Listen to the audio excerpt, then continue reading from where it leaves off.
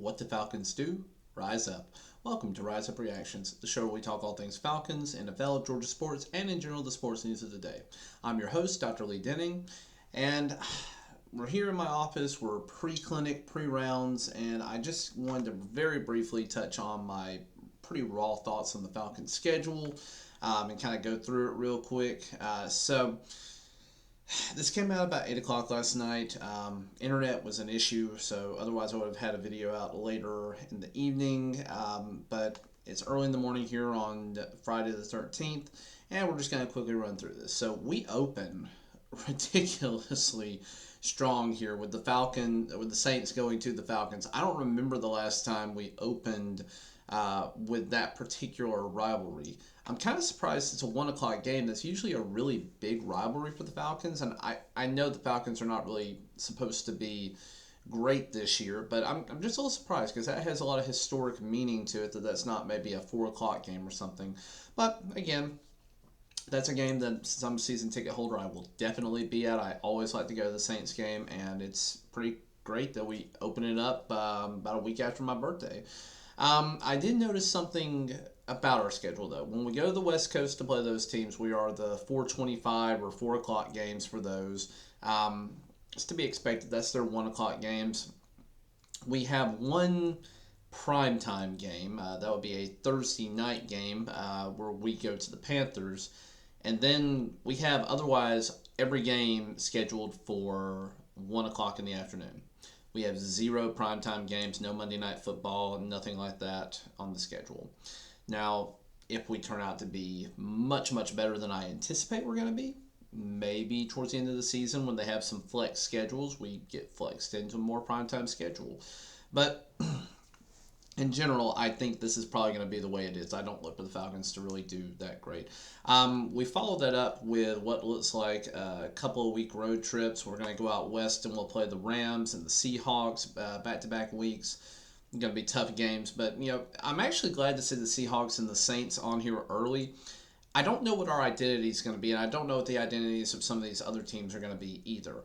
The Rams, we're not winning that game. That's a pipe dream. If we do, amazing and be awesome, and I will actually have some hope for the season. But I think it's a pipe dream right now. The Saints, anything can happen week one. Look at the Green Bay Packers last year. They lost to the Saints and then ended up winning, I think, 13 or 14 games, and got the number one slot for the NFC last year. So again, anything can happen. And then the Saints missed the playoffs, so you just don't know. But we'll see. That's actually a good spot to be in because we could come out and surprise some people. Week 2, like I said, I don't think we win that one. The Seahawks, same type of thing. We don't know their identity. They have some new pieces on offense for them. They've lost the entire Legion of Boom on defense, so who knows what will happen with that game. But that's a very winnable game. Then we come back home first week of October for week 4, where we play the Browns. Probably a tough matchup. Then we go to the Buccaneers. We go to the 49ers, then come around mid-October to us. Tough game there. Then we go to the Bengals. Then we get right on Halloween weekend. We get the Panthers at home. That'll be the 3rd divisional game. Then we have another home game, which I will very likely be at on November 6th. I don't have the weeks up here, but that should be week 9 if I'm counting in my head correctly. That's a game that for sure I will go to as a Falcons fan, and mainly because I have a connection to one of the players on the Chargers, Josh Harris. He is the former 9-year starting Pro Bowl long snapper for the Falcons. He's a great all-around guy. I went to high school with him. More of an acquaintance really there, but anytime I see Josh, he's always super friendly, and it's always great to catch up with him. But get to see him back in Mercedes-Benz, that'll be a good one to go to.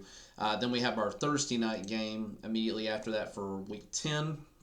Then we have a long stretch before we get the Bears at home for, I think this is week 11 if I'm doing the math right. So week 11.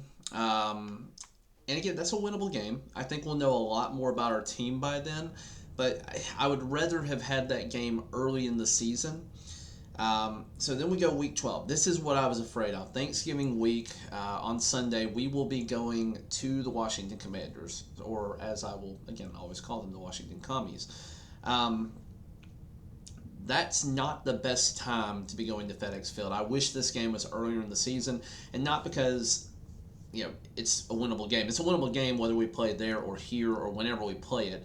The problem is you're going to run into a couple of things. Our players are going to be fatigued because I haven't talked about our bye week yet.